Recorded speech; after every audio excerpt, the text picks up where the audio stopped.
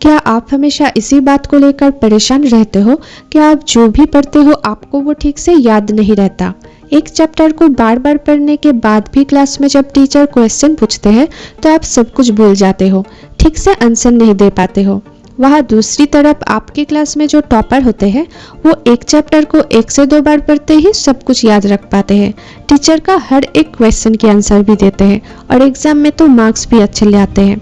तो ये कैसा हो पाता है कि एक स्टूडेंट 10 बार एक चैप्टर को पढ़ने के बाद भी कुछ भी ठीक से याद नहीं रख पाता है और दूसरी तरफ एक स्टूडेंट एक चैप्टर को एक बार पढ़ते ही उसे सब कुछ याद रहता है, वो टॉप कर जाते हैं। इस वीडियो में आपके साथ 4 ऐसी यूनिक पावरफुल टिप्स शेयर करूंगी जिससे फॉलो करोगे तो आप इंफॉर्मेशन को लॉन्ग टर्म के लिए याद रख पाओगे।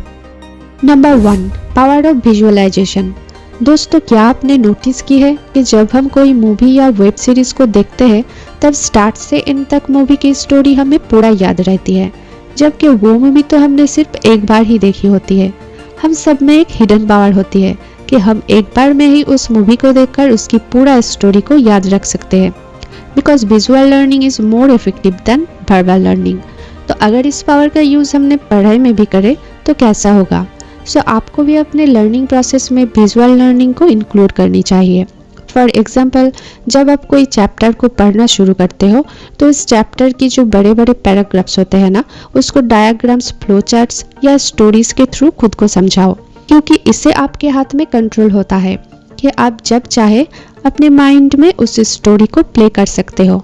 हर एक फ्लो चार्ट या डायग्राम को देखकर उस चैप्टर को पूरा याद कर सकते हो और सिर्फ याद करना ही नहीं, आपके लिए पढ़ाई बहुत इंटरेस्टिंग भी हो जाएगी और आपके अंदर पढ़ाई की वजह से जो ऑनगोइंग स्ट्रेस चलता रहता है वो भी खत्म हो जाएगा। Number 2, teaching method. कुछ स्टूडेंट ऐसे हैं जो कोई भी कॉन्सेप्ट को बेटर तरीके से समझते हैं जब वो किसी और को उस कॉन्सेप्ट के बारे में समझाता है। दूसरों को समझाने से आपकी खुद की अंडरस्टैंडिंग को आप टेस्ट कर सकते हो।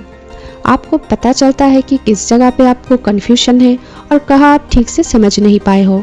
ये हमेशा याद रखना, आप जितनी स्ट्रगल करते हो चीज़ें उतनी ही अच्छे से आपके माइंड में प्रोसेस होती है और आपके दिमाग में उतनी ही मेमोरी की कनेक्शन स्ट्रांग होती रहती है, जो आपको चीज़ें याद रखने में मदद करता है।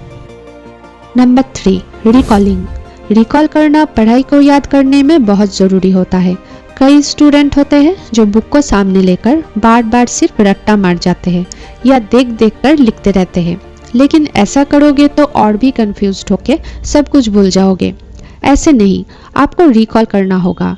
रिकॉल का मतलब है अगर आप किसी टॉपिक को देख के भी याद कर रहे हो तो पहले उसे ठीक से पढ़ो, फिर उसको ठीक से समझो। अब पढ़ने के बाद आप अपना कॉपी बंद करो और उसके बाद रिकॉल करो कि उस पेज में क्या क्या था। अब जो जो पॉइंट्स याद है आपको उसे एक कॉपी में लिख लो और जो भूल गए हो उसको फिर से देखकर याद करके लिख लो। तो रिकॉल बहुत इंपॉर्टेंट है अगर आप अपनी मेमोरी को इंक्रीज करना चाहते हो। Number 4, revision. रिकॉल के बाद सबसे जो इम्पॉर्टेंट है वो है रिविजन। आप जो भी पढ़ो उसको वीकली रिविजन करो।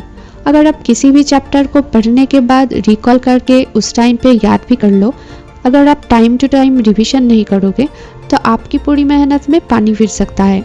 सो अगर किसी भी चीज़ को लॉन्ग टर्म में आप याद रखना चाहते हो तो रिविजन इज़ द मेन की। रिविजन अच्छे से करने से एग्ज़ाम के टाइम पे आप स्ट्रेस फील नहीं करोगे और एग्ज़ाम हॉल में आपको सब कुछ अच्छे से क्लियरली याद रहेगा। सो दोस्तों, वीडियो अगर हेल्पफुल लगी है तो लाइक ज़रूर करना और ऐसे ही इन्फॉर्मेटिव वीडियोस के लिए चैनल को सब्सक्राइब करके बेल नोटिफिकेशन को ऑन कर लेना ताकि हमारी अगली वीडियो आपसे मिस ना हो जाए। मैं मिलती हूँ नेक्स्ट वीडियो में, तब तक के लिए take care and stay safe.